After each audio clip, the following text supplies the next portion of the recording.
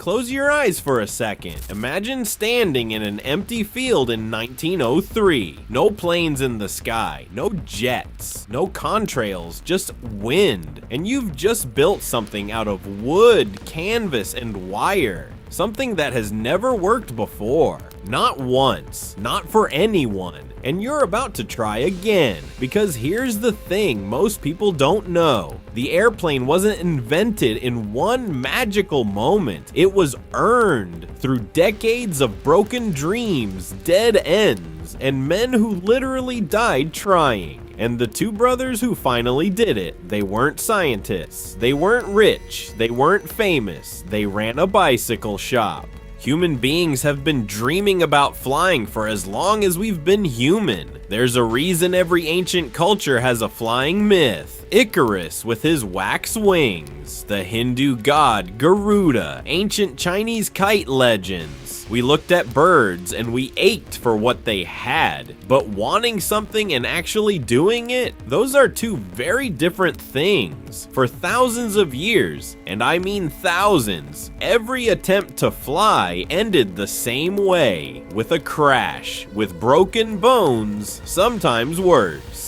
And yet people kept trying. That's the part that gets me. That no matter how many times it failed, somebody always stood back up and said, okay, let me try again. This is the story of how the airplane was actually born. Not just the Wright brothers moment you've heard about 100 times, but the whole messy, painful, decades-long journey that made it possible. Because if you only know the ending, you're missing the whole story.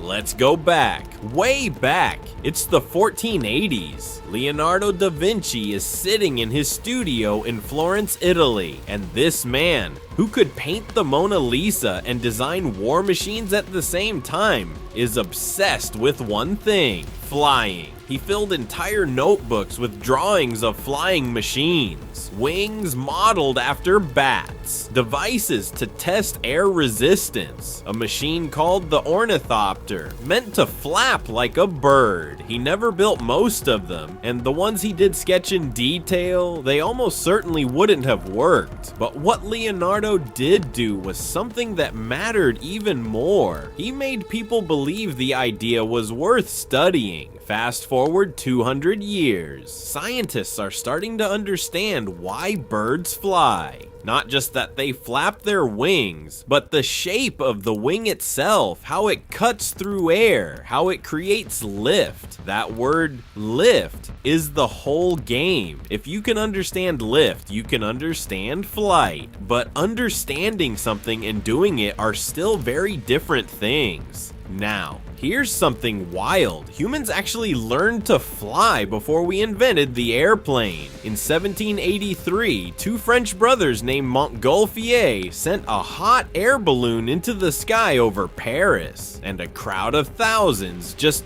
stood there with their mouths open. But a balloon isn't really flying, is it? You're not controlling it, you're just floating, drifting wherever the wind decides to take you. Real flight means going where you want to go, staying up as long as you want. That's control, that's power. And that was still a very long way off. In the 1800s, an English engineer named George Cayley started working on something completely different. He wasn't trying to flap wings like a bird. He was asking a simpler, smarter question. What shape does a wing need to be? He built gliders, unpowered aircraft, no engine, just wings and gravity, and he actually flew passengers short distances. In 1853, 50 years before the Wright brothers, Cayley's coachman reportedly glided across a small valley in England. Think about that, 1853. The man was terrified and reportedly quit his job right after.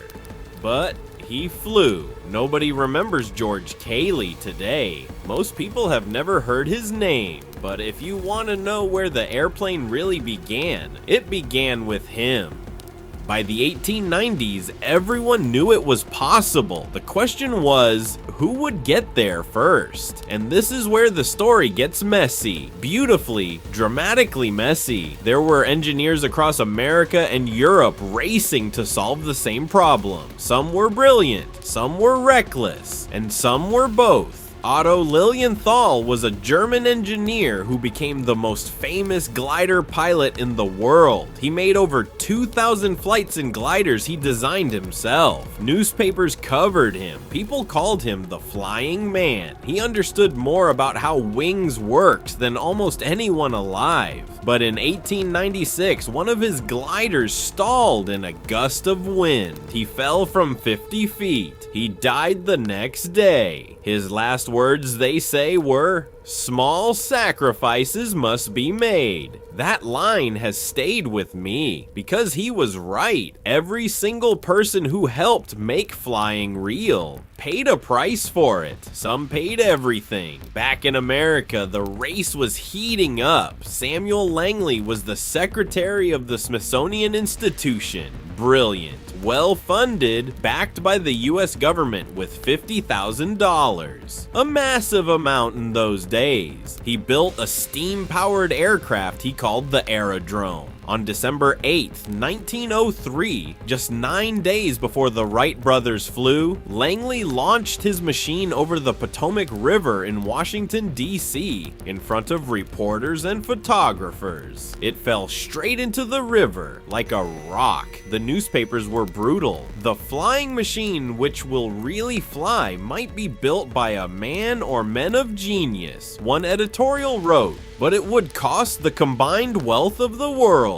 Everyone laughed, everyone moved on. But two brothers in Dayton, Ohio didn't laugh. They got quiet because they were close. They could feel it. Orville and Wilbur Wright didn't have a government grant. They didn't have a university degree between them. Wilbur never even graduated high school. What they had was a bicycle shop, a deep obsession, and a way of thinking about problems that almost nobody else had. See? Everyone else was focused on building a more powerful engine or a bigger wing, more power. The Wright brothers asked a different question. How do birds stay balanced? That's it. That's the insight that changed everything. They spent years studying birds, watching how pigeons tilted their wingtips to turn and balance. And they realized control was the missing piece. Not power, control. They invented a system called wing warping,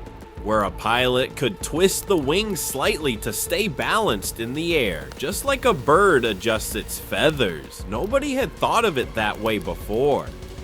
Pause. They tested gliders for 3 years in the windy sand dunes of Kitty Hawk, North Carolina. Far from home, cold nights, bad food, mosquitoes. They failed. A lot, but they kept notebooks. They measured everything. They treated every crash as data. And then, on the morning of December 17th, 1903, sound of wind, then an engine sputtering. Orville climbed onto the lower wing of a machine they called the Flyer. Wilbur ran alongside, steadying the wing. The engine fired. The Flyer rolled forward. 12 seconds. 120 feet. The world changed. A long beat of silence. 12 seconds. That's it. That's what all of it. All the centuries of dreaming. All the broken gliders. All the men who died. That's what it all led to. 12 seconds in the air. Now, here's where it gets interesting, because there are things about the birth of the airplane that most history books quietly skip over.